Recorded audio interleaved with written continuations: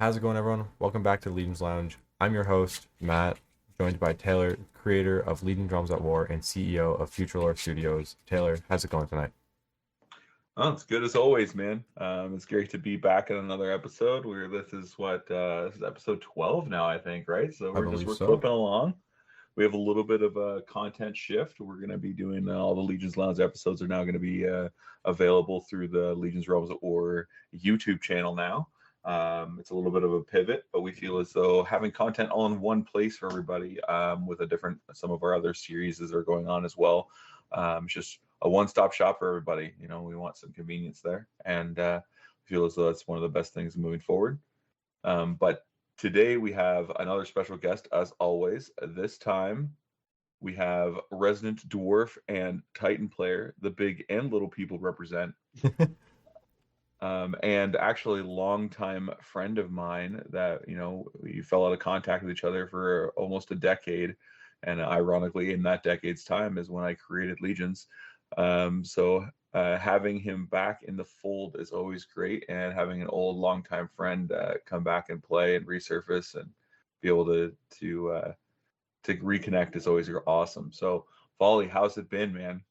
Oh man, it's been pretty good. How are you guys? I'm doing pretty good. Things are honestly pretty good. I'm very excited for Empires. We are currently past the funding goal. I believe we are currently sitting around $41,500, and Which is amazing. it is so amazing. We are aiming to get to the $45,000 for the, I believe it is the Void Hollow collection. It's either it's the Void Hollow collection, and then at 50,000 is the Twilight Gardens collection.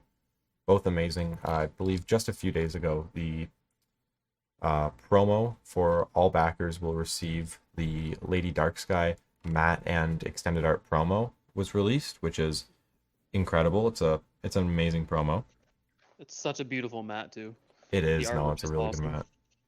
And so, Well, I think that's one of the things we wanted to really jump in on was that it just everything's all about empires, right? This is where we're at right now in the game, and I feel as though jumping in and pushing empires to where it can be, where we all hope it to be, and that's why including the Dark Sky playmat along with the promo, giving people some a look at a beautiful card, beautiful exalted, and like Tyler said, a beautiful playmat. So Dark Sky's it's also very good because Dark Sky I find is a very important piece in the deck, right? It's one of like three Mythical Beast Exalteds in this set, I believe.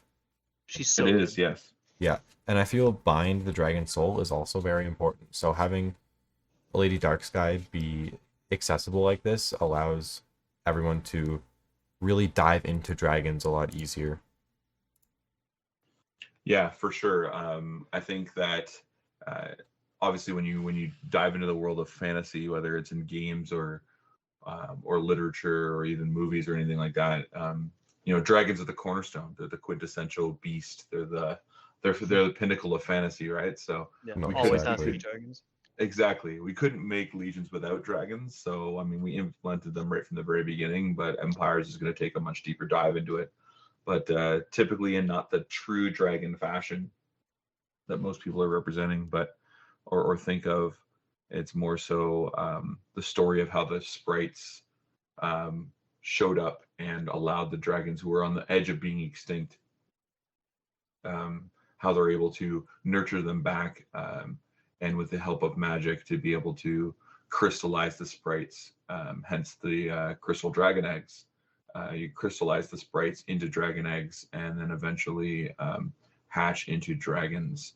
So it's another way of repopulating the dragon population in the magical realm of legions, and um, I think that's hence why cards like Bind the Dragon Soul is the confluence, the convergence of sprite magic with dragons. So And, no, exactly. And I'm quite excited for dragons. They're, as many people know, they've been giving me a lot of difficulty when learning to build them, but that is all good.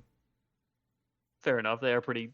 somewhat complicated, anyways. Well, it's because you're not building like one archetype, right? Now you're building two archetypes. You're Yeah. building both sprites and dragons, which I find can be a little difficult. Hmm. But I feel Well, and that's the that's same thing with anything with deck building. It's those ratios, right? not exactly right. How many like do you need for what you're trying to obtain? Is like it's a difficult because I don't know whether it's going to be a warrior heavy deck. At least I think it's going to be warrior heavy, but then I don't know if it's going to be like how do I say like whether it's going to be 1-to-1 in terms of dragons and sprites, or is it going to lean towards more towards dragons or more towards sprites? It's a very interesting concept. Well, what I think is interesting is the fact that I've had conversations with Folly about this, and dragons are not necessarily his cup of tea. And what he's been able to talk to me about, I think if he's comfortable with putting it out there for everybody knowing, since we're on the topic of empires, what is it that you are going to be surprising us with? Like, I know you said that and like we started this out that you typically play dwarves and you play titans, and I know you're looking at some of those pieces and some of those things, but you said you got a surprise for us, right? I do. So I like certain types of like how the cards play. So that's why I like dwarves, because you bounce everything, or current dwarves, or you bounce everything to the opponent's hand. Titans, you just make some warriors really big, then you just stomp them. But I think for empires, I think I'm gonna go with demons and the black magic. Whoa, They just seem really fun. Eradicate your opponent's deck and then just hit them. man, demon players, man. I, I I don't love. currently like the demons right now, the fallen demons, but the black magic seems really really fun. Hey, I Just don't mind. eradicating opponent's decks. I don't mind demons like fallen demons right now.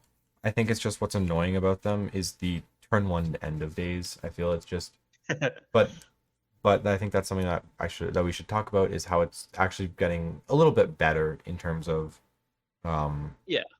thing because now in terms of empires because now you are actually able to respond to it instead of no player Yep. can respond to this card, which I feel is a very healthy change. I don't know I if you agree. agree because Being a dwarf player, end of days does suck when it happens first turn, but I find being a dwarf, I can get out of it fairly easy. Like all I need is like Kelthor's explosive kit, and hopefully they don't have a response to that, and then I can get myself kind of back where I need to be.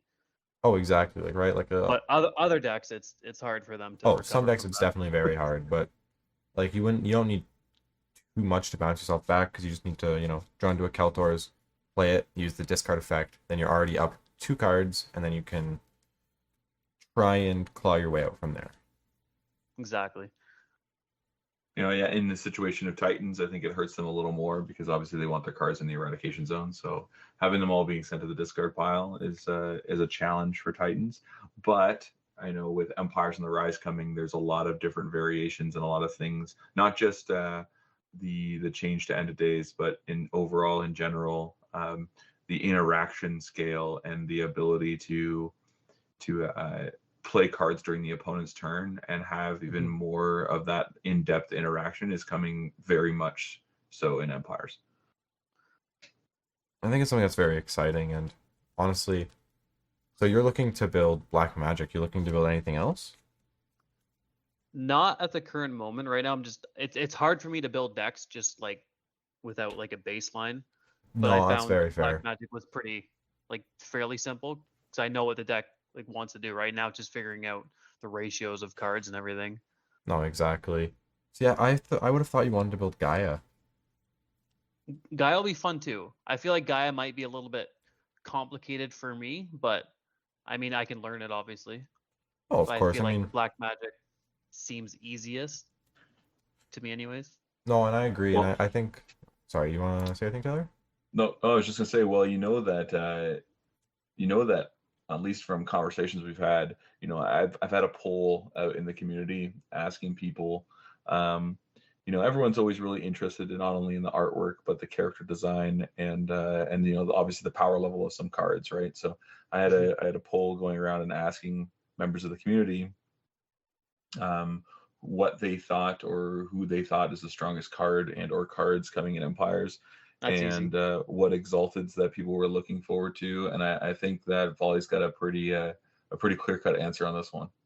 Oh, Latar, the Daughter of Destruction, 100%. Yeah.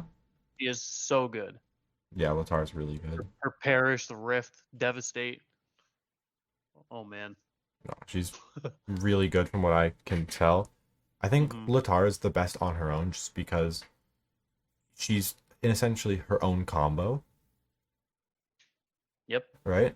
Whereas I feel other decks, right? I believe Latar is the strongest on its own, but I'm going to stick with this until the very end of time. I think Mausoleum is the best in the deck. Yeah, I know that's a contentious issue when it comes to Matt talking about Empires Exalted, but I think I got to side with Folly on this one. I mean, Latar inherently having, Empires introduces a lot of new keywords, and you'd think that might be overwhelming right away, but because most of those keywords are character specific or they're locked behind a certain character, yes, they're new keywords, but they're only going to be found on that one card in the game's history. So it really adds some like thematic flair and dynamics to each of these characters, and that they have their own essentially a special ability attached to them.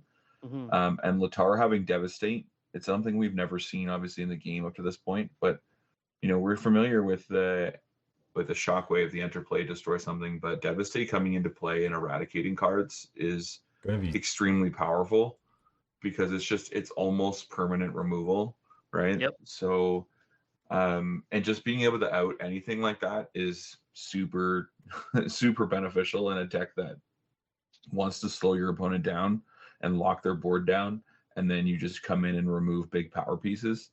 It's pretty awesome. Yeah, she's pretty much a board wipe too with her Devastate with those warriors with blockade, and then her Perish, you run her into one more, and then you target up to 3 cards on the field, destroy them. Yeah. No, exactly. And I feel that, I mean, we were just talking about it yesterday, right? This is a way to get rid of Acrotech. It is. The one card that's a bane in a lot of people's sides right now is Acrotech. He's very balanced in terms of the fact that like he's not a game breaking card by any means, but he is definitely annoying to play against. Oh no, playing around in Acrotech's annoying because it's Bloodborne 5, Consume 5 is essentially the way I think about it. I can't take battle damage from only warriors. You can still take battle damage from warlords, which I think a lot of people typically forget about, myself included sometimes. And I feel that it's very good because, it's just, you just reveal it from your hand. And this is a way to get rid of that because I think we said there were like 4 ways to get rid of it, which are in the current game right now. Yeah, in the current game, which is eradicating him, like from the field, shuffling him back, which in a way could be like Get Off Our Mountain. Such a good card. You can bounce him back to the hand, but like, and they have to pay more Consume. So that one isn't as guaranteed in my opinion. And then you can also make them discard it. True, or just straight up make them like stop the Perish effect, right?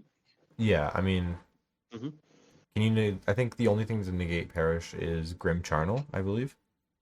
Yeah, as of right now. I mean, there are some cards that coming in Empires that negate Swift abilities, right? Like, so Acrotech is useless on the turn that Angelica's Veil Castle Alvar flips, yeah. But also orcs have Orcbane Scrapyard, or sorry, Duxfox Scrapyard, which just stops the activation of a named keyword ability. So if orcs go to try and push for big damage, they can play the Scrapyard, save Swift, and then Acrotech can't come into play, right? So exactly, but so then it would send that warrior from hand to discard. Yeah. Oh wow, yeah, no, that's really good. Mm-hmm. Would that count as Perish going off though? No, because it didn't leave the field. True. Yeah, so Perish is when it goes from the field to the discard pile in a way, right? So, but I know that an interesting point that Folly brought up is like, for a player like himself who plays mostly, Dwarf and Titan, to hear that you want to try out Black Magic Demons. Yes. That's obviously a through Matt for a curveball, and probably some people who know you that are listen to the podcast as well. What about that deck that really brings you in? What did you like about it? Like, okay, so like when I started first playing like TCGs, which was like Yu-Gi-Oh way back in the day, I liked cards that were fun and were like annoying to other people. Like for example, I guess like for dwarves now, it's returning stuff to your hand, super annoying. People hate it. Oh, it's funny though. It is funny, yeah. So Black Magic, eradicating the player's decks, like that's gonna be super annoying, and I love that part. Yeah. Eradicate their deck, like hand hate, whatever, and then when all their stuff's in the eradication zone, you bring out Irmadexa, and then you just smack them. That's true. And so Irmadexa, for the people who are listening, that's the exalted Black Magic warrior that's coming in this set, and he has his own, I guess, two keywords that are on him that haven't been seen before. One of them is specifically locked to him, which is Scour, but the other one is Extinguish. And what makes those abilities so strong in that style of play for you? So Scour, you deal X plus 3 damage to target player's warlord for each card in the eradication zone. So like I said, the more cards you put in the erad, the bigger that damage is going to be. So it's like a sneaky kind of, I'm going to hit you really big. And then Extinguish, when that warrior leaves the field, and if there's no cards left in the opponent's deck, it deals 10 damage to the player's warlord. So it's big damage. Big damage. I mean, like, Mm-hmm. I'm sorry, I'm not too well versed in Black Magic demons. Do they have any ways of conscripting or reviving? They do have some, not inherently like right away, but the fact that Irmadexa can enter play, I believe he has Swift on him too, if I'm not mistaken. Let me check. Purge. Oh, he has Purge, yeah. Yep. So actually, what makes that so good is that when he comes into play, he gets his Scour ability, which is going to burn them some damage, and then he has Purge, so which means he can instant speed. He can sacrifice himself during either player's turn, and eradicate the top card of the opponent's deck. And then when he leaves the field by any card effect, including his own Purge ability, he deals 10 damage if they have no cards left in their deck. So when the turn he hits the field is usually the turn the Black Magic player is going to try and push for game. And so now as an opponent, how do you get around that? Because his Extinguish ability says when he leaves the field. So even if you put him back in the hand, even if you eradicate him, shuffle him back in the deck, Extinguish triggers anyways. So if you have no cards left in your deck, you're taking 10 damage inevitably. So And how does, sorry, just a quick question. Just how does Purge work if one player doesn't have a deck? Purge still sees like that all players would remove the cards. So you'd still be able to purge even if the other person doesn't have a deck, which is super beneficial for Black Magic as well, because Purge is a Black Magic only keyword. So what happens is a lot of the Black Magic cards trigger off of being eradicated by other Black Magic cards. So Irmadexa having Purge attached to him when he eradicates himself with when he eradicates a card off the top of the deck due to Purge, if it's a Black Magic card, which 90% of the time it will be, that'll also gain an additional effect for you as well, right? So if you're hitting other things that help proc some of your other effects, it can snowball very quickly. No, and exactly. I know that Folly brought to my attention a couple days ago. Part of the thing I think that he really liked about Black Magic is, much like you and I have talked about on previous podcasts, Matt, is that we established the foundation for these new warlords all the way back in Ravaged Lands. So there was a lot of Black Magic demon cards in Ravaged Lands that don't see play currently. And I know that Folly has caught on to the attention of some of them. And if you wouldn't mind, walk us through some of those things that you discovered. There's a couple sneaky cards in there. Like if you have your Guardian as Varine, he allows you to grab one Black Magic Fortified to be set right away on the field, and it can be activated on your opponent's first turn, which I think is really good. So in Ravage Lands, there's a common card called Black Magic Curse. So I don't know if you know what that one does, Matt, or not. I It do not, but I can check really quickly. Yeah, it draws you 2 cards, and then you eradicate 2 cards from your hand face up. Oh, yeah. And yeah, then you deal 2 damage to all non-demon warriors on the field. So Damn. if they start putting warriors on the field right away, you can just activate that right away on And their just first turn. be annoying. Yep, exactly. The annoyance factor I love. No, So exactly. like Folly mentioned there, right? So you have Vereen, the new guardian that's coming in Empires for Black Magic, and giving these guardians an ability that we haven't had in a guardian ability before. We've had some extra mulligan effects, we've had some discard effects, we've had some searchable or tutor effects, but Vereen and Safina are the 2 guardians coming in this set for both demon and dwarf respectively, that have an ability that searches for a specific fortified card and sets it into your fortified card zone at the very start of the game before the first turn player takes their turn. And then it's allowed to be activated as if it were already obviously priorly set. So Vereen being able to do that and search for, in this case, Black Magic Curse, set it face down. Then your opponent goes to proceed to play their first turn, and you time it right with a Black Magic Curse.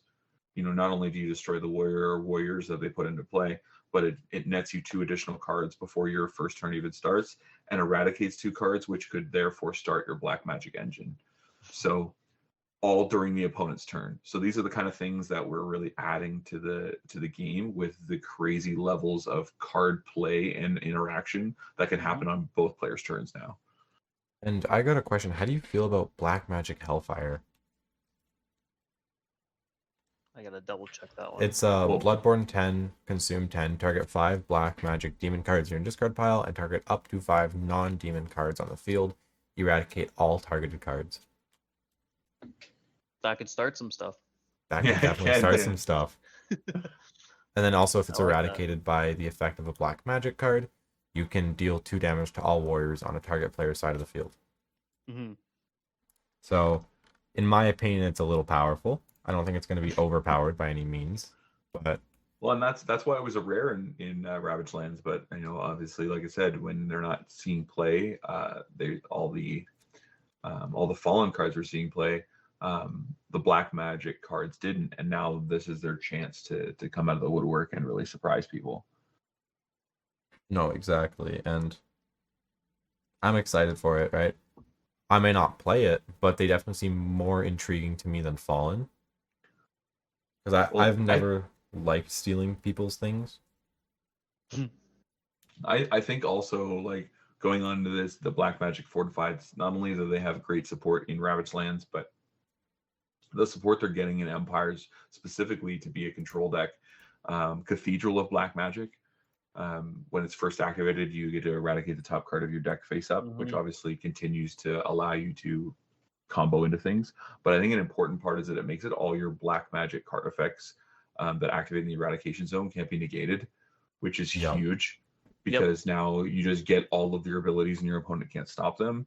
And then on top of that, a Bloodborne 8, and you can negate the activation of a unified card and eradicate it. So it's a counterspell that is now further removal, right? We don't really have, outside of Sealer Fate, we haven't really had a card that can counter something and then remove it from the game. So it fits even more so into the Black Magic, making sure they don't have cards in the discard pile or their deck, and just really feed into trying to burn through their resources faster than they can use them. Exactly. Yeah, there's a lot of good cards in Ravaged Lands. No, especially like one that speaks up to me right here is Vault of Black Magic. It's really powerful because thankfully you can only control 1, but it's when it's first activated, you can eradicate face up, and then you can target 2 demon cards in your eradication zone, shuffle them back, so you're regaining those resources, and then you can search your deck for 1 Black Magic card, which can also be the card that you shuffled back. Yeah, and it's a Black Magic card, I believe, right? So which means that also just searches your Irmindexa to finish out the game for you. Yep.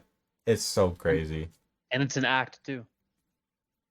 Yeah. It is. So just every turn you just use it, yeah. Yep. And then now we also know from our previous discussions and the people who have been following along with spoiler season as well, that Empires, not only along with the heavy interaction and the ability to play multiple things during either player's turn now, this set is also bringing in even more effect damage into the game, through Castiel's abilities and Angels to be able to deal massive effect damage based on holy counters in the field, or Duxvox using his Doomsday counters to remove them to count down his bombs to inevitably detonate and do effect damage. And then, of course, Black Magic, we're talking about having the ability to burn your opponent for damage based on them having minimal or no cards left in their deck. Yep.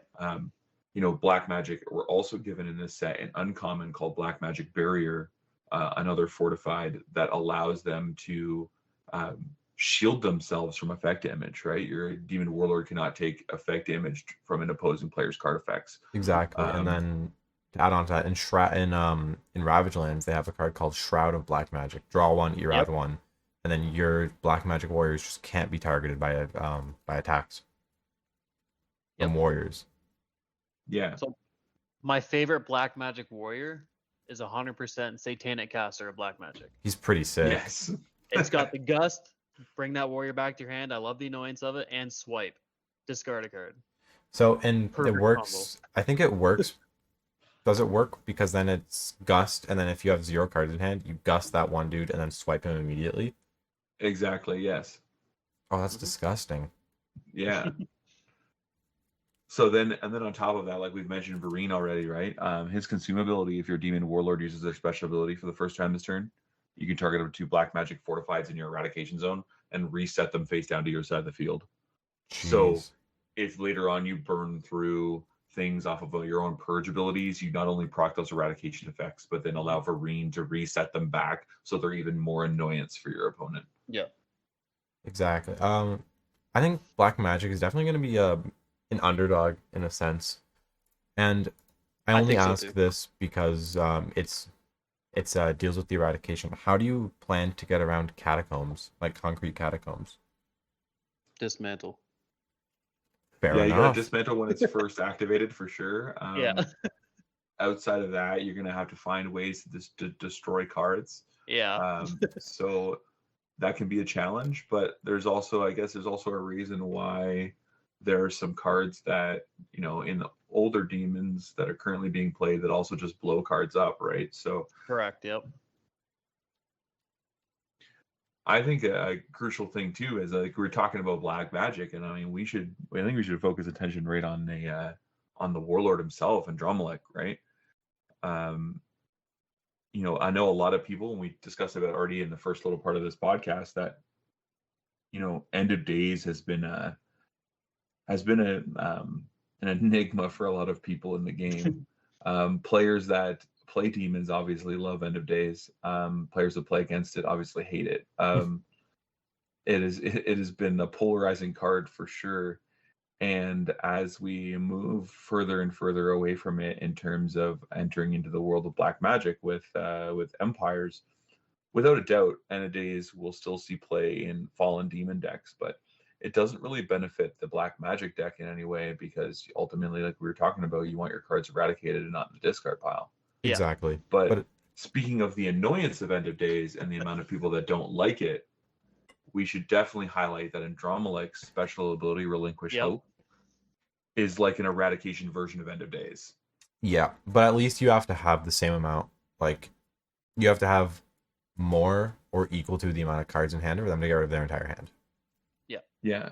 So you pay Bloodborne 8, eradicate your hand face up, but then if you do, all opposing players must eradicate the same amount of cards in their hand if able. So, which I feel is a lot more balanced in a sense, because with End of Days, the issue comes when they just set their entire hand and then play End of Days, and they're discarding basically nothing except for the effects they want to get, and then you get rid of your entire hand. Yeah. Which I feel is where can be frustrating. Yes. Yeah. In this situation too, though, you keep in mind that yes, your opponent may see it coming more so because it's right there on the Warlord visible, but it's only 8 life as opposed to End of Days is 25. And arguably, like Folly was already saying, if you're a dwarf player and you get End of Days and you discard, melt cannons and Keltors. Explosive kits, you can still use them from the discard pile, right? But Yep. Andromeda says they're eradicated. You just don't get them, right? Yep. So that's another thing on there is that, like you said, Matt, I agree with you. It is definitely balanced, but it's also in a position where he just makes sure your cards are gone for good. Oh no, exactly. And also with him being black magic himself, that's going to trigger a bunch of cards. If you have the certain cards in your hand, that's going to trigger their effects. Exactly. So Because his it's just special gonna start ability is rolling. still a card effect. Yeah. Yep. Now I know, Folly, you brought to my attention too. There's one specific black magic card that you noticed that is a rare coming in Empires. That's Pillar of Black Magic Fire. I know, I believe you were talking to me the other day about it, about seeing this card as early as possible. That's the Because one oh yeah, that's the one that it deals damage based on how many cards are in the opponent's deck. exactly, yeah. Yeah. So it has its first effect: Bloodborne 10, consume 10, eradicate the top, or eradicate up to 2 target adjacent cards on your opponent's side of the field, which is huge because, if they have 2, historically people like to play their cards in order in columns, right? And in specific card zones, and then you just target 2 of them and just eliminate 2, which is really strong. But also just having that effect, like we were talking about, if it's eradicated by a card effect of a black magic card effect specifically, you can eradicate the top 2 cards in an opponent's player's deck face up. So obviously everything that you want it to do. But then if you do, you pay Bloodborne 20. It's a steep cost, but you deal half X damage rounded down to the target player's warlord, where X is the total number of cards left remaining in their deck. Yeah. So not only are you burning them for having and punishing them for having cards, later on in the game, cards like Irmidexa and stuff are punishing them for not having cards left. So it to fit right in with what Folly's saying, the deck is going to be have that annoyance factor to it. Yeah. Oh, exactly. And then because you can do this on turn 1, right? Let's say you eradicate this with Cathedral that you set off of Vereen. And Yeah. you have to have 50 cards. So if you do this on the first thing, they're down to 44. At very minimum, I feel like there's still going to be a lot of decks that run it at 60.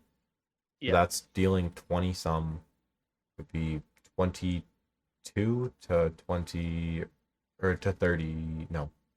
Sorry, 22 to 37 or something. Yeah, right off the hop. Or Yeah. 27, sorry. Yeah. So that's why Holly pointed out the whole concept of having Vereen set Black Magic Curse. Because if, say, you open with Pillar in your hand, and then you go Vereen set Black Magic Curse, I'm going to draw 2, eradicate 2, I'll eradicate the Pillar, and burn you for 22 on your first turn. Exactly. I think seeing what your hand is before you set something is going to be very important. Yep. Yes. Right? Because if I don't see anything I want to eradicate, then I'm probably going to grab Cathedral or Vault or something along that line where it just eradicates something right off the bat. Yeah, I agree. However, I But don't then know. I don't play black magic. Demons they're also getting a straight hard counter too, right? With Black Magic Darkest Hour, right? Negate the activation of a fortified card on the field and eradicate it face up. So yes, you can't technically you can hit certain cards on the field. Obviously, you can't activate this if Concrete Catacombs is face up, but you can activate this in response to Catacombs. Because Catacombs is not active yet, you're negating the activation, then you're eradicating the Catacombs, which I think is pretty ironic. Yeah, which that is very ironic. 100%. So not only that is now you have access to running the 3 dismantles, like Folly mentioned, that's how you stop the Concrete Catacombs. But to answer your previous question, Matt, you can also use Darkest Hour to do that as well. True. No, very fair. And I feel Severed Connection, I feel like it's going to be very slept on. Because I think that's going to be a really big card in the meta coming forward for sure. Yeah. Since, right, let's say Catacombs resolves, and I'm not doing anything to get rid of it, right? You get in a very bad spot where you just almost lose because you lose 1 or 2 turns just trying to figure out a way to get rid of it. But if you have that Severed Connection, it doesn't matter if it activates. You're still popping it. Yeah. Yep. Exactly, yeah. right? It's going to work Well, really good for cards with statics. yeah, and I think that I don't think that can be understated or overstated enough is the fact that like we saw in Ravage Lands, we saw some key things that people have really honed in on as some power cards. And I think Empires is really going to showcase the power of one specific card that came from Ravage Lands, and that's Pandesha's Island. Oh my goodness, yeah. Um, I think Pandesha the Lost Island, the synergy that came in Ravage Lands, is really going to be showcased a lot in Empires because it is the dragon synergy. And in the game of Legions, there is nothing right now that interacts with synergy activations. So outside of a couple of cards that can just put a cooldown counter on its energy, which really can't be used at instant speed right now. So basically, when Pandeshas goes off, there's not a lot that can stop it. Now, in this situation, Concrete Catacombs is one of the few cards that can stop specifically a powerhouse card like Pandesha's because Pandesha's requires you to eradicate dragons, right? So I think having Concrete Catacombs not just available through a promo version up until now, but having it available and having those season 1 campaign cards being reprinted in Ravage or in Empires is going to make that card see a lot more play, and I think its overall value community wise and becoming a staple, whether it's main board or side deck, is going to be increased significantly. Oh, I agree. I think it's going to be very interesting to see how it plays out. I'm excited though. Speaking of mythical beasts, I'm pretty sure ley lines will also be played a lot more too, if they're going dragon architect. Oh, yes, 100%. very much. Like I already have my playset of ley lines set aside. I think ley lines is. I like ley lines. It's a really cool card, and it's something that I'm very much looking forward to using. But man, they have given me so much trouble. You guys don't even know. Taylor probably does. Speaking of giving people trouble, I know Tyler mentioned this too, because obviously being a really big fan already of Latar, you've played Prometheus a fair bit amount, right? Correct? Yes. Yep. Yeah, and so obviously you're familiar with their strategy and what they want to do, and they want to stomp the opponent to the ground, right? Yep. So what is your take on Gaia coming in this set? Being a Titan control deck, slowing the game down and turning everything into blockade, and how do you feel about that? It's definitely interesting. That's why I'm not sure if I'll play it or not. Like I like the big, I'm gonna be annoying or just like hit you really big and then you're dead. It is very interesting though. I'm very curious to see how people play it. It's gonna be also really annoying getting all your cards blockaded. No, yeah, I just think that she's going to have some really cool and unique removal that I don't think the game has seen yet in terms of, slowing everything down, making all their stuff at blockade, and then when your opponent inevitably can't attack you, they're then going to have to resort to trying to do some burn damage on you, and then Gaia being the only warlord in the game with a substantial built-in heal, her ability to just replenish her own life. And then, finish you out with cards like Latar coming in and just eradicating the blockade warriors that, Gaia inevitably made. But also, we also saw Eclipse, the renown with his own ability called Subsume, where he comes in and absorbs warriors into him. So I think it's going to be, we're definitely bringing a different level of control to the game for board control that we haven't seen before. Mm-hmm. There's so many like unique things coming in Empires. Like I'm so excited. No, I am too. Like, so speaking of like, how do you feel Empires will impact the game? I think the meta will definitely change. Like, because I know right now it's like orcs are top, Titans, demons. I think that's all going to shift. So you're going to have the Ale House dwarves coming in. Yep. Altheheim is going to hit really hard. I think Castiel is going to do really well. Yeah, I think everything's just going to flip. And I think that's very exciting, right? Having a lot of legions that aren't in the spotlight currently taking the main stage. It's going to be very interesting. So you mentioned alehouse dwarves and how they're going to pull dwarves out of that, a little bit of that middle ground obscurity into the forefront. And I know that that's something you're kind of really looking forward to, Tyler, because being a dwarf player Mm-hmm. and battling through competitive play with dwarves, there's a lot of variance. There's a lot of up and downs depending on what you draw and how quickly you see Yeah. your Windermere Island. But having access to the alehouse dwarves, it's got to give you some Titan feels a little bit, right? Because Ethel hits as hard as Titans do, and her ability of her dwarves with the alehouse dwarves to be able to just punch really hard and really fast like Titans can. It's got to give you some alehouse vibes or some Titan vibes, doesn't it? It does for sure. I don't know if it'll pull me away from my frost control dwarves or not. I think I will still play them, but I want to see. I want to see how other people play them. Frost is very fun, man. It's so fun. It's fun, but But it's difficult.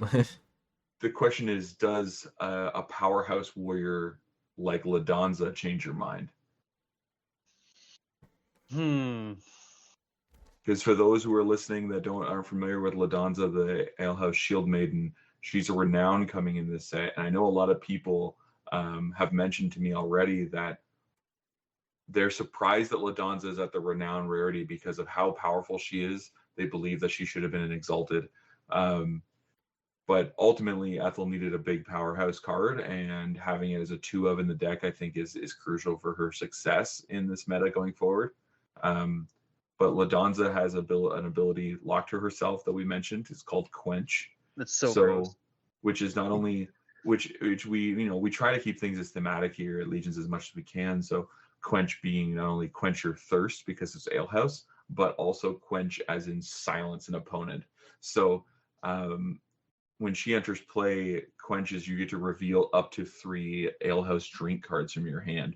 Now, alehouse drink cards all have an activation effect, but they also have a reveal effect that triggers as well. So Ladonza will not only be able to trigger up to 3 alehouse drink cards from your hand just by revealing them, but also her ability to be able to target up to 3 face-up cards on the field and shuffle them back in the deck. So we have non-destruction, non-eradication based removal, which is unheard of in the game right now.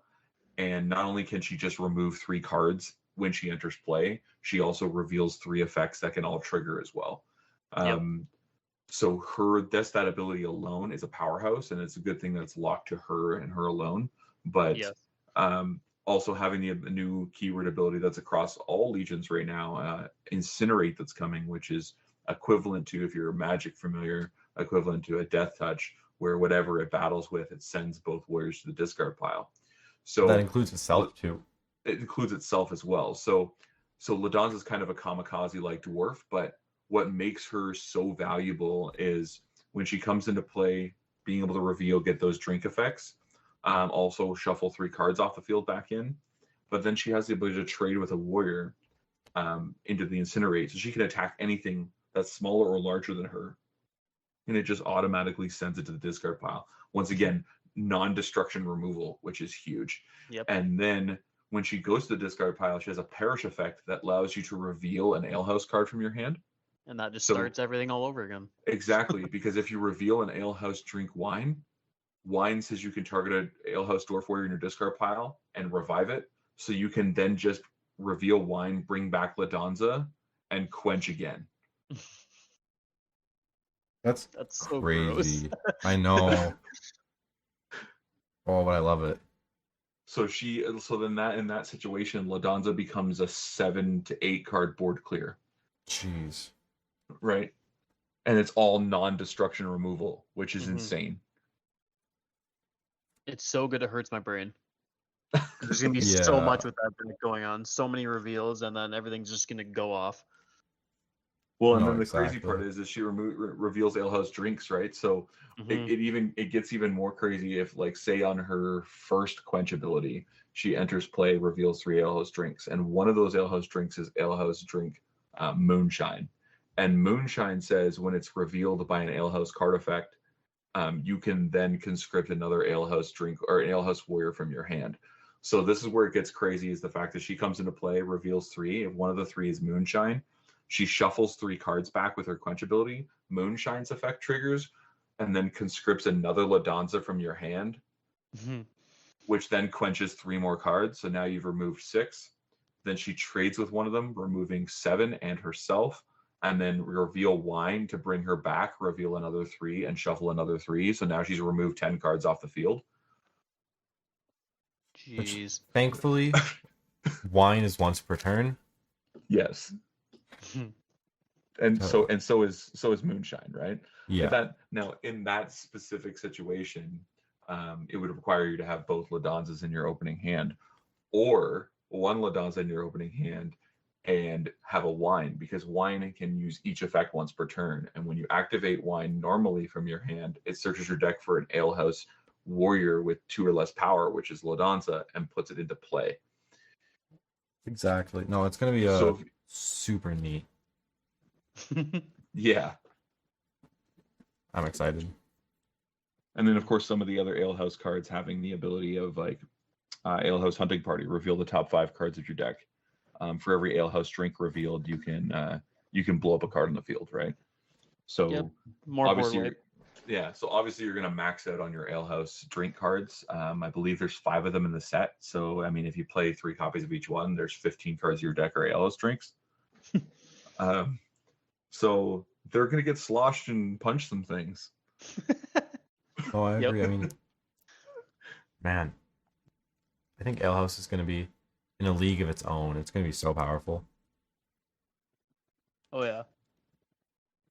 And But- I think the best part is that, you know, dwarves have battled for that obscurity, that they've battled for that middle of the road.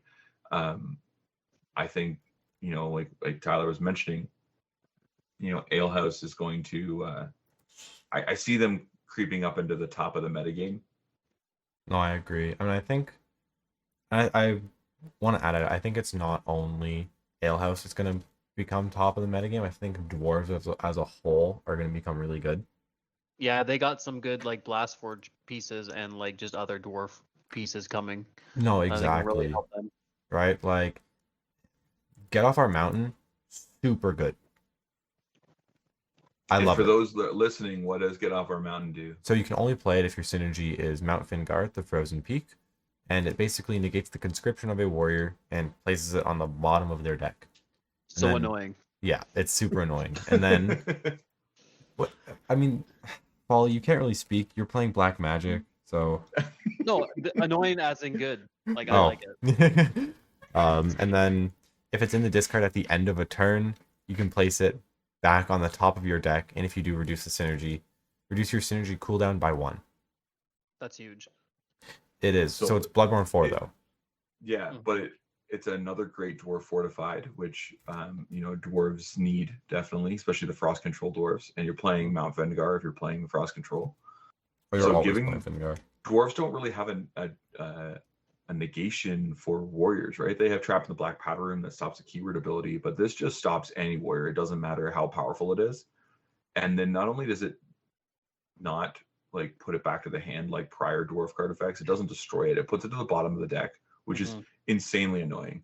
And then to top it all off, you can just like, it restacks itself back on top of your deck and allows you to get Mount Fingard another turn sooner. So if you pair this with Tundra of the Tempest, which already sets your cooldown to 3, and then this just sets it to 1, or sets it down to 2, it's huge, but it also restacks itself, which is a mechanic we've seen in dwarves before, with Raylene having the ability to restack the top of the deck. Yeah. But also with Quartzheart having the ability to look at the top 5, rearrange in any order. But this is crucial because it's a dwarf fortified, right? So if say you have 3 of them in your discard pile, because you were lucky enough to see 3 of them early on and stop up to 3 warrior conscriptions and really annoy your opponent, you can, without any cost, it just puts itself back to the top of the deck, and then it reduces your synergy cooldown by 1. So if you have 3 of them and there's a Tundra out, your Fingard is free again. And then on top of it, allowing your synergy to be free, you've now put 3 dwarf fortifies to the top of your deck. So then you can play Welcoming of Wintertide, and you can guarantee yourself a 9 heal because it's 3 dwarf fortified cards. Exactly. I feel like it's gonna add a lot of this one card, just that singular card. It's gonna be out of 3 of, and it's gonna improve the consistency of Frost so much, Yeah, I agree. right? Because putting it back on the top of your deck, sure, you're going to draw back into it at the start of your turn, but that's not a bad card to draw into, Hmm. right? No, and That's especially when you can dig and resculpt the top of your deck, it's not going to be guaranteed right at the very top either, right? Yeah. well, exactly. Are there any fortified ways to resculpt your deck? I don't believe so, Okay. but like you were mentioning too, like Folly was mentioning, that they're getting some other Blastforge support here and two specific Blastforge fortified cards, Blast which bombs. knowing 100% that, blast bombs. let's say, yeah, knowing Blastforge, they don't have a lot of strong Blastforge fortifieds. So, like you mentioned, blast bombs. So, where are we at with blast bombs? What do we think about this? Oh, I love it. It's gonna be so fun. It's gonna It'll work so definitely be well. fun. Oh yeah, it's gonna work so well in Blast Forge and especially in Burn Forge. Right? Yep. I coined that term, by the way. Would you call Well, it it's- blast burn? Burn Forge. Burn forge. Nice. And it's I love it, right? It's something I've been experimenting with recently. It's got a fair amount of power to it if you can really learn how to play it. Mhm. Do you remember the Nerds 5K? Yep. You remember Pangels? Oh yeah. It's like Pangels, I feel. Beautiful. Well, As long as it's- it annoys everybody, that's perfect. Oh, it Yeah. does. and not just Blastforge blast bombs, but what about Blastforge barrier buckler? It's so good. Barrier Buckler Right. is so good. Now it has a unique mechanic saying that you can only activate it if you control two or more face-up Blastforge dwarf cards, which I mean could just be two warriors, right? Exactly.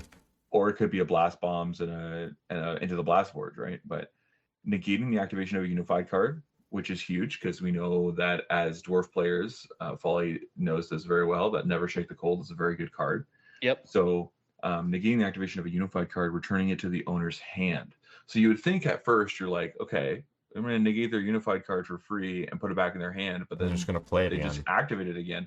But for the remainder of the turn, all unified cards that share the same name as that card that was negated by this effect cannot be activated. So good. So if they were planning on playing three of them, right? Like how good would this feel if you go to play a card, say you go to flip your blast bombs and your Mhm. opponent goes dismantle and you go barrier buckler the dismantle, now all the dismantles in their hand are dead for a turn. That's Yep. so good. Yeah. Or like, let's say it's I don't know. Is there anything that runs like heavy? I'd say like Exclusion Zone is the first thing that comes to mind. Right? They go to Yeah. Exclusion Yep. Zone on the turn that they're trying to push for damage. You Barrier Buckler, Nope. they can't. Yep. Exactly. Yeah. I love the last effect of the barrier buckler. Yeah, which is if this card's in your discard pile at the end of an opponent's turn, you can eradicate this card face up. Sorry. Then if you do, search your deck for one Escape from Explosion Mountain and add it to hand. Now, what is important about that, Folly? I know you're a big fan of Escape from Explosion Mountain. Yeah, it'll just start your engine. Like you return something to your hand and then play it again, and just restarts everything. Especially in frost control. I know this is Blast Forge, but can still make it work. What also is key about these, and I know you mentioned is Blastforge. In Frost Control, you run this card called Kalthor's Explosive Kit, which lets Yep. you search for any Blastforge card. Key thing is it can search for both Barrier Buckler and Blast Bombs. Yeah. I personally, Blast Bombs is going to be so good, right? It's just because then you can also get burn damage off Diary. So then you can go Diary, just paying for. Then you get 2 conscripts, that's burn 2 to them. Or you can also get like 2 Stogas or basically 2 cards up as well. So you're essentially paying, you're losing a total of 2 life, essentially, since they're also taking, you're losing 4, but they're taking 2 to gain 2 cards, Mhm. which is just so worth it. So, still on the topic of dwarves, we have, I know that we have seen, obviously, since Ravaged Lands and the inception of the game, that dwarves have one specific keyword known as Frostbite. But dwarves are also getting their own second keyword that's locked to them in this set, and that keyword is Forge. Yes, Yeah. Bjorn. Search for Melkin in. So It's gonna be interesting because for those listening at home, what does Forge do? so Forge is when it enters play, you can search your deck for a dwarf armament card. If I'm correct, right? Yeah, searches for a dwarf armament card, adds it to the hand. Yeah. Now it's very interesting because Fjord is a frozen adventurer, I believe, He's Frozen a Frozen Frontier, yeah. Frontier, Frozen Frontier. So he's part of the Frozen Dwarves. Yeah. which is interesting because I don't think he's gonna want to search blast or a melt cannon. Which must leave you to the fact that there's 8 more dwarf cards to be spoiled in this set. So does that mean that Frost is getting if Frost getting a dwarf armament coming then? Oh yeah, Has to be. guarantee it. Ooh, I'm excited for the frozen dwarves. So is that going to be like frozen control then? That's frost control, yeah? It's still Frost control, yeah. Because now, I mean, we had that promo which was Bitterboss Chasm, right? Really good. It's gonna be so good when there's And it hasn't seen any play yet because there's only one dwarf warrior, obviously known as Splunkendorf. Splunkendorf. That is a dwarf warrior with frostbite. But now you also have Gildendorf. Gildendorf? Yep. Gildendorf. Gildendorf, That's yeah. the one. Yeah. Another one Who has frostbite. frostbite. So now you're gonna have 2, and in these 8 cards remaining, there is another Frozen Adventurer card coming with frostbite as well. So as a little bit of a spoiler drop for people, there's another Frozen Frozen Adventurer dwarf coming with frostbite. So you're gonna have 3 of them in the game now. Really 9 allowing Bitterboss warriors. Chasm to be really good. Ooh, that's disgusting. And then Bitterboss Chasm has the potential to just not be able to be destroyed either is it by opposing card effects or This face-up card cannot be destroyed by opponents' unified and fortified cards as long as there's another chasm in your discard pile. so there are a few cards that can break it, but not too many? No, exactly. And then static all non-token dwarf warriors with frostbite. So all your frostbite dwarf warriors all gain perish, deal 1 damage to all opposing warlords. So it's another way of incremental chip damage. But I think the big thing here is that you can eradicate it from your discard pile, pay and consume 15, and revive up to 2 dwarf warriors with frostbite from your discard pile. So dwarves getting another way of reviving warriors. I feel that just looking at previous dwarf cards, this fits in very well with Glistening Ice Fields. Yes, it does. Yeah. That's what I was trying to think of. Thank you. No worries, because it's so it has a static which is all dwarf warriors gain perish, essentially bounce a warrior. Perish Gust is the way that we call it.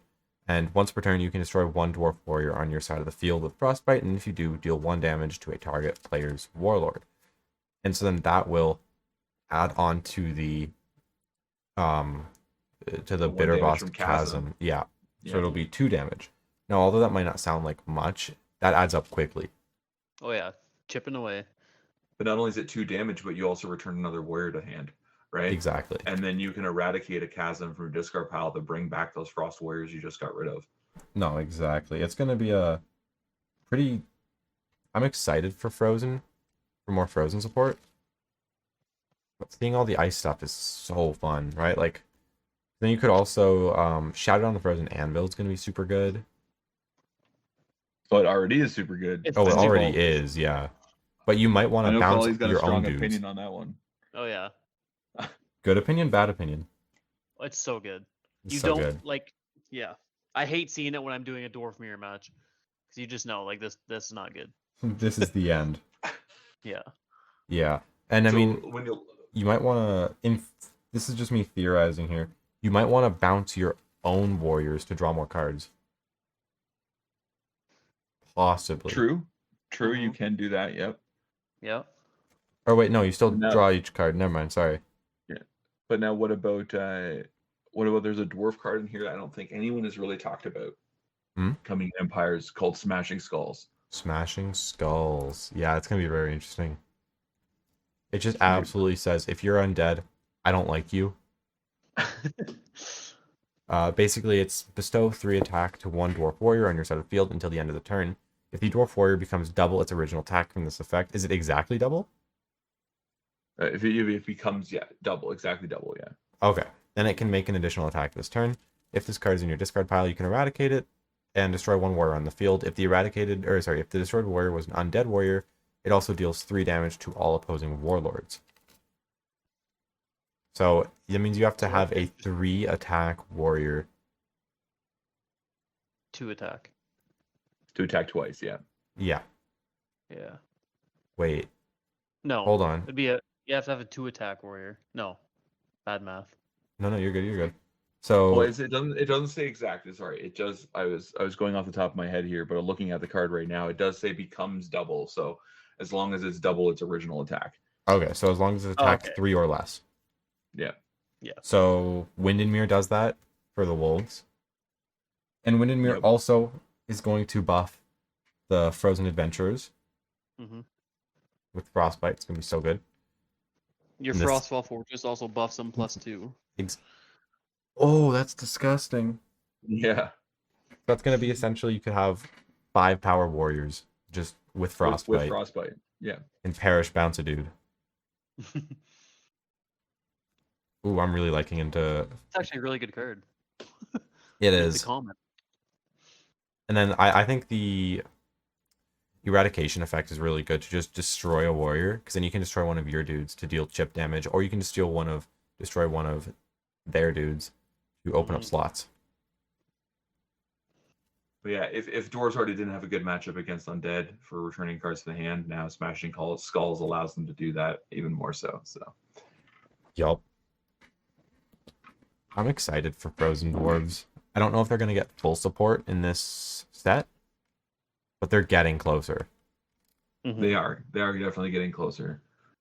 As we move on, post Empires into other cards coming and stuff, you just like we did with Ravaged Lands, laid the foundations for Empires. Yeah. Frontiers was able to focus on exploring some of those unique one-off cards and introduce some other things, introduces heavy into Fandorian and introduced more into the Frost control aspects of cards, right? So like Frontiers was able to bolster small or almost non-existent archetypes, and then Empires has allowed us to solidify the foundations we built in Ravaged Lands, while at the same time adding to those archetypes that Frontiers started to build on. No, exactly. And I feel this was a really good segment into what can just really good showcase into what Empires will bring to the game and how it's going to affect the game. A little heavy on the dwarf side, but we all are good dwarf players here, so we're not complaining. I mean, we did talk about a solid segment there on demons, which we haven't really discussed at all, right? So dwarves and demons haven't really been a topic of discussion on the podcast, so it's really good to have that opinion. And I know Tyler's had some really good insights. I know he's brewing up something special over there. He's cooking. I'm trying. He's cooking over there. So lastly, I was gonna say lastly before we go, before we conclude the podcast, I wanted to hear a little bit more from Tyler about what is it like to come back into TCGs? What is it like to jump into something like this, the way the community is, and being part of something that like we were longtime friends. We partially grew up together, so yep. So I just wanted to hear a little bit more of like your side of this whole thing. Like how I got back into it? Yeah, how you got back into it, how we crossed paths again, kind of thing. Like what? So basically, I've still had you on Facebook. Thank God for Facebook.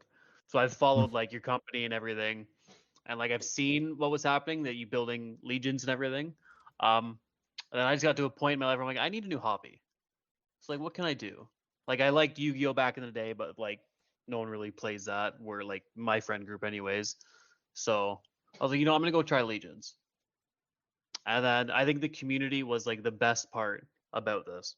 Like everybody is so welcome, so friendly. Like everyone will just like give you cards, show you like how everything works, and like explain everything really well. Yeah. I know I the love the community is community. amazing, right? Like, I feel that first impression is what's going to really decide whether you. It's not going to decide whether you have a great time or not, but it's definitely going to, if you're on the fence about it, bring you over to the game, and the community is just amazing. Yeah, like people just need to try this game out. Once you try it, like you'll be hooked. No, It's just exactly. like so unique, and everything about it is just fun. Like I'm not a competitive player like whatsoever. Like I'm like a fun kind of guy, and this game is great. And Well, I I, know on the other you've hand, attended some of our bigger tournaments, have you not, Folly? I have, yes. And my goal was last place the first tournament, which I got. And nice. then my goal for the second tournament was second last, which I got, so I was pretty pumped about that. And then I didn't care where I placed in the Battle for Glory, but I ended up getting fifth, which Oh, was damn. pretty exciting. Yeah. That is exciting. And I mean, this game is very supportive for both non-competitive players Oh like yeah. Folly and I would cons- Taylor, would you consider me a competitive player?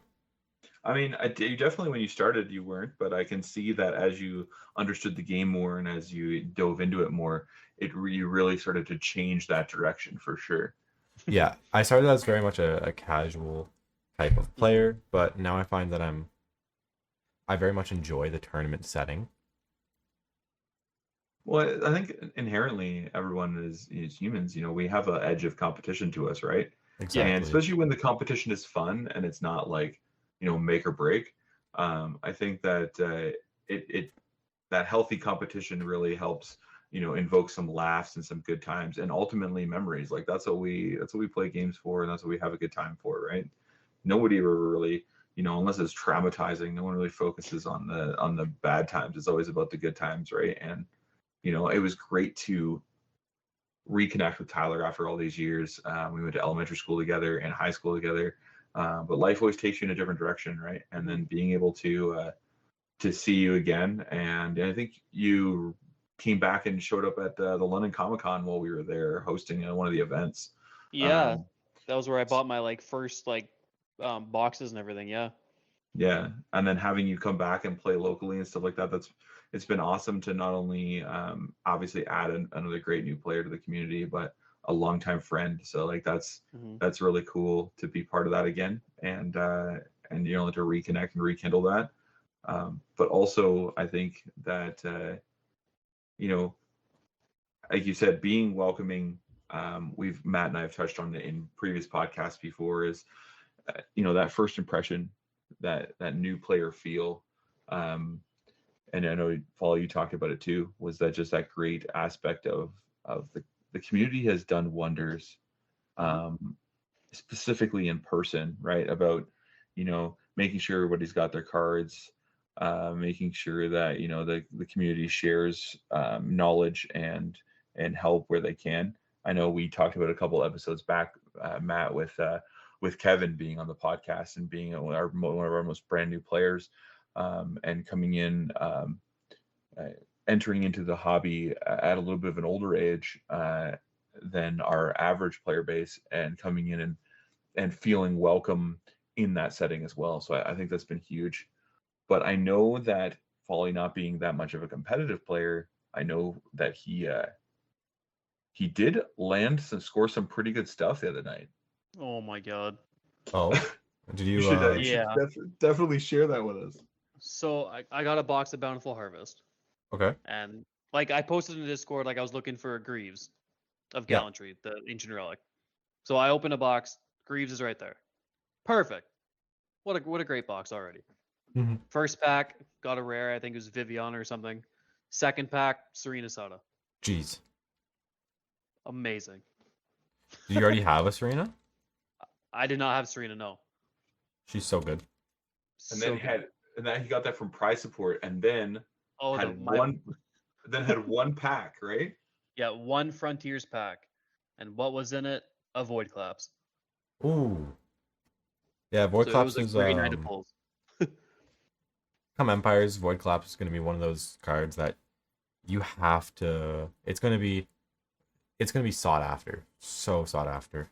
Yeah, you're gonna need to stop a lot of stuff. Oh yeah. I'm already preparing for it. I'm ready to stop everything because Void Collapse is scary. So I think that definitely made up for you not getting your Kindle Hasana booster box opening, right? Yes. Hey, I did get I did the Blood Axe though. That was So, awesome. I remember you saying that you bought a box, put it under your tree for Christmas. You're like, it's yep. gonna have a Kindle Haas in it, but it ended up being a blood axe. I Yep. think I called that. So great. Yeah, I you believe did. you did, yeah. You did. And hey, there's nothing wrong with a nice blood axe. It's a great No, card. nothing wrong with pulling an Exalted. Never anything wrong with that. But I think with that, I think that's a good spot to end it there. Yeah, I think we're good to wrap it up. I mean, it's great to have you on, Tyler. I know it's Yeah. been we've been trying to get you on for a little while now. So Yeah, thank you you just guys so much for having me. I really appreciate it. No, thank you for coming on, man. It really No means a problem. lot to all of us and to all of you listeners. It's amazing that you continue to listen and enjoy this podcast. Yeah, and we appreciate everyone that is staying with us in the transition over from the podcast from Spotify and Stitcher and iHeartRadio and moving it over to YouTube.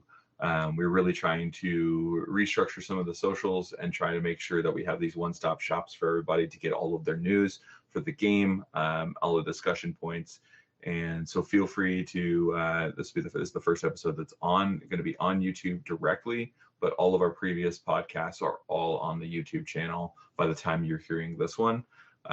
So feel free to go back and listen to those previous podcasts. We talk to great community members, have great conversations and topics about the game if you're interested in learning about it. And with that, Matt, what is big right now? What is ongoing that we need the community and all listeners to be supporting for So right now?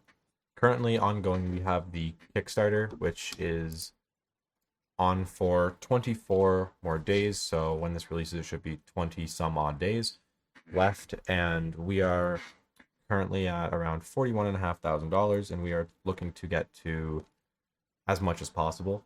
At 45, we unlock the Void Hollow collection, meaning all backers unlock a extended art version of Void Hollow, as well as one copy of 4 different never before seen Void cards.